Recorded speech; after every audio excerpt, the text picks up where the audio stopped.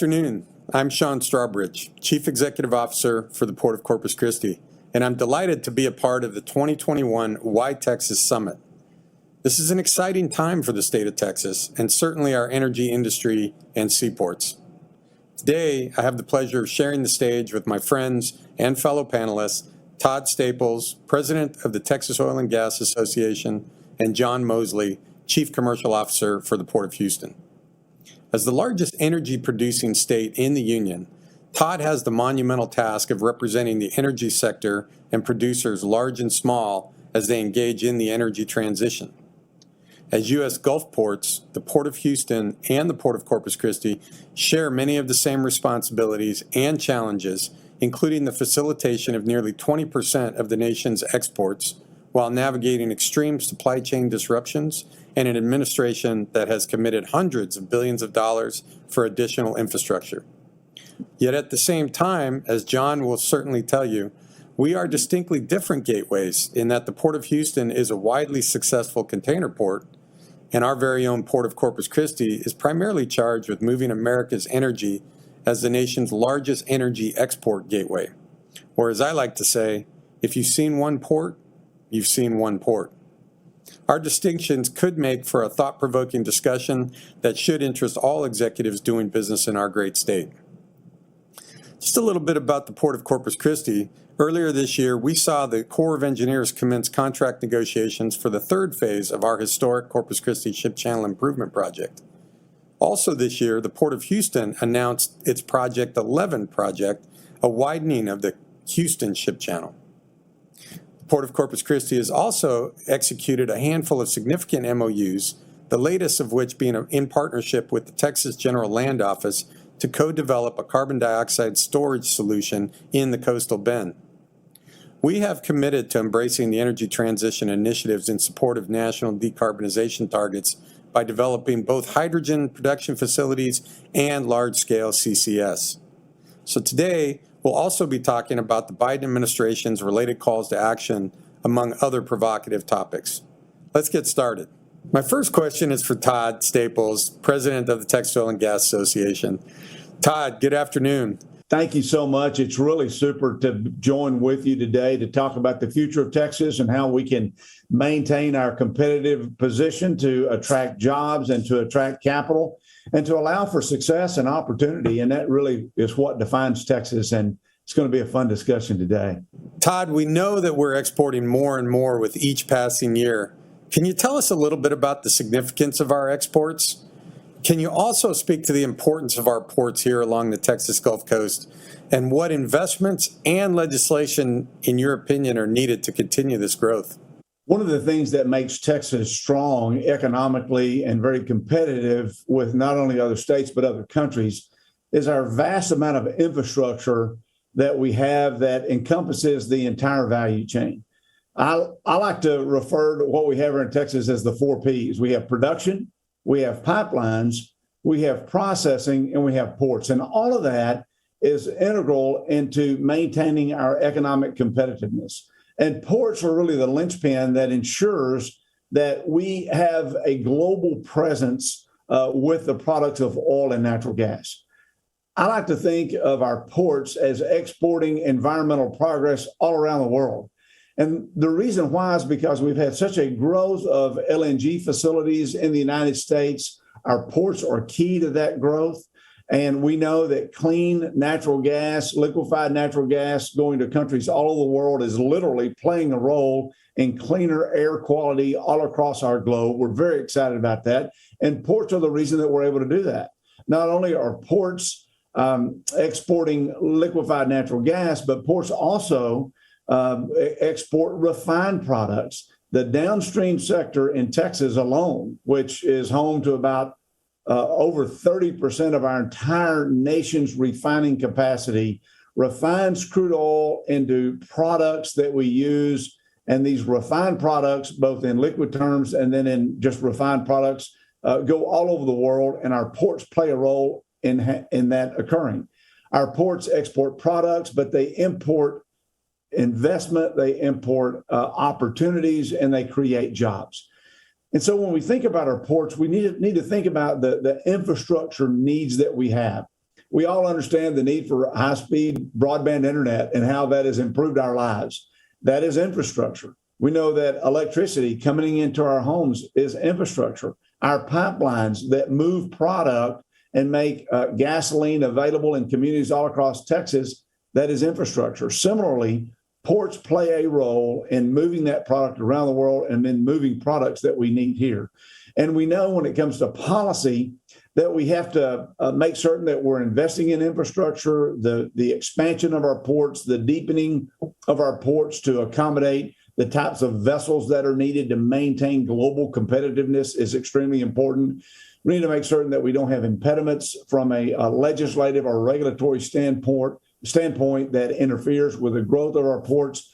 And I really like seeing recently the news about Corpus and the work that you're doing on carbon sequestration and the partnerships that are being created both with private industry and with government, like our General Land Office headed up by Commissioner George P. Bush, that are working to bring solutions to the challenges that we face in our addressing the concerns about our climate and the concerns about our environment. So our ports are key to our future.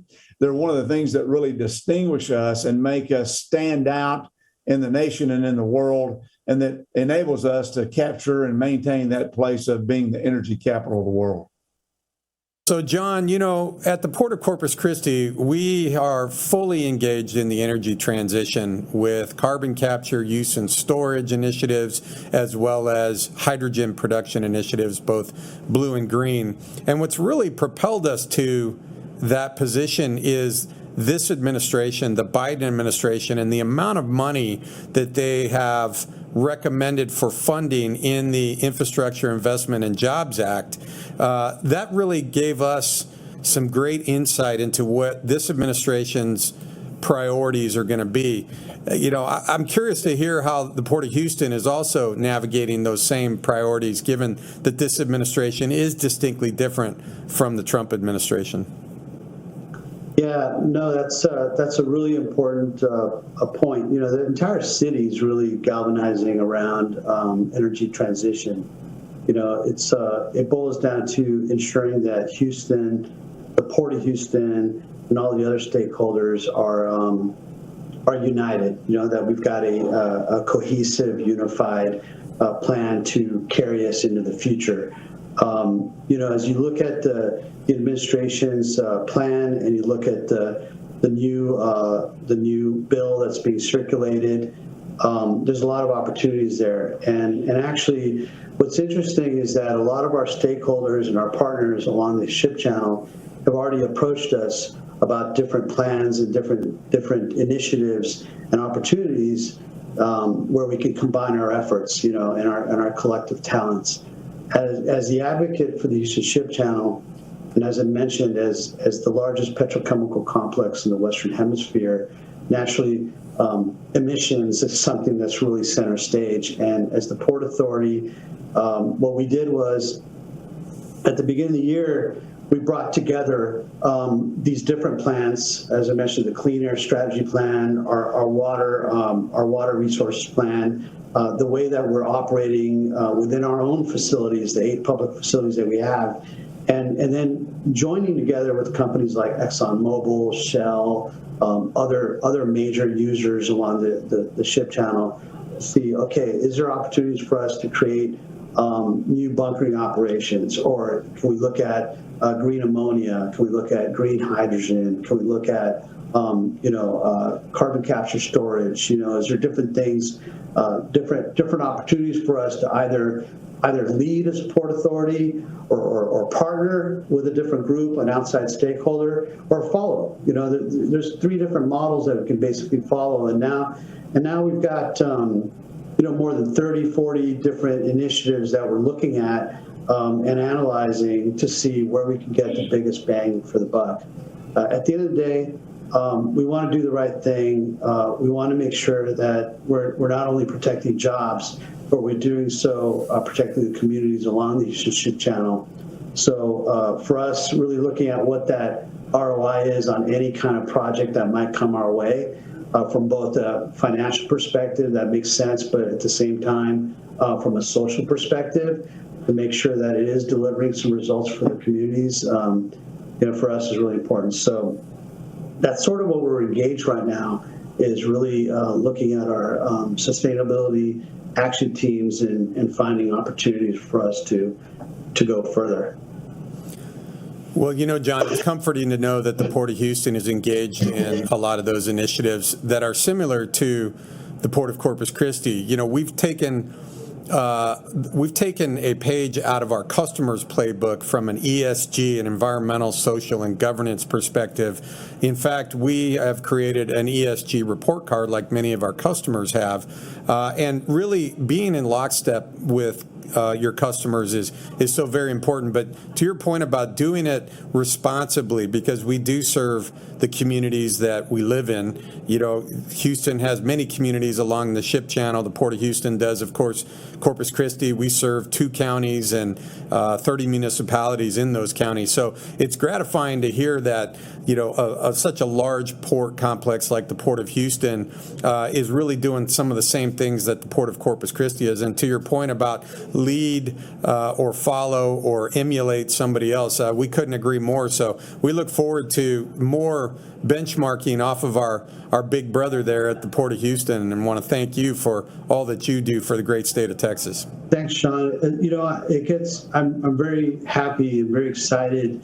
We at the Port of Houston see what Corpus is doing. You guys are just knocking it out of the ballpark, doing so many good things, and to see these 2 Texas powerhouses really demonstrate leadership is just something for all of Texas to be really proud of. So, no, thanks, Sean. Really appreciate that. Todd, this has been a great exchange. Is there anything that you'd like to add for our audience?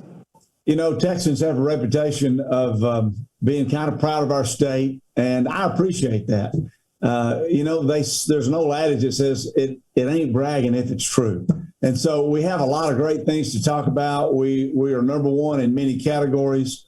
It's football season coming up, and we're really excited about that. But we want to maintain a very competitive approach, and I think that it really is what defines us as Texans. It's who you are. It's what you can contribute, and that is what has attracted so many bright minds to Texas. Is that there are really no impediments to success if you want to be honest, you want to work hard, you want to treat people fairly, and that's who we are as Texans, and we want to maintain that philosophy.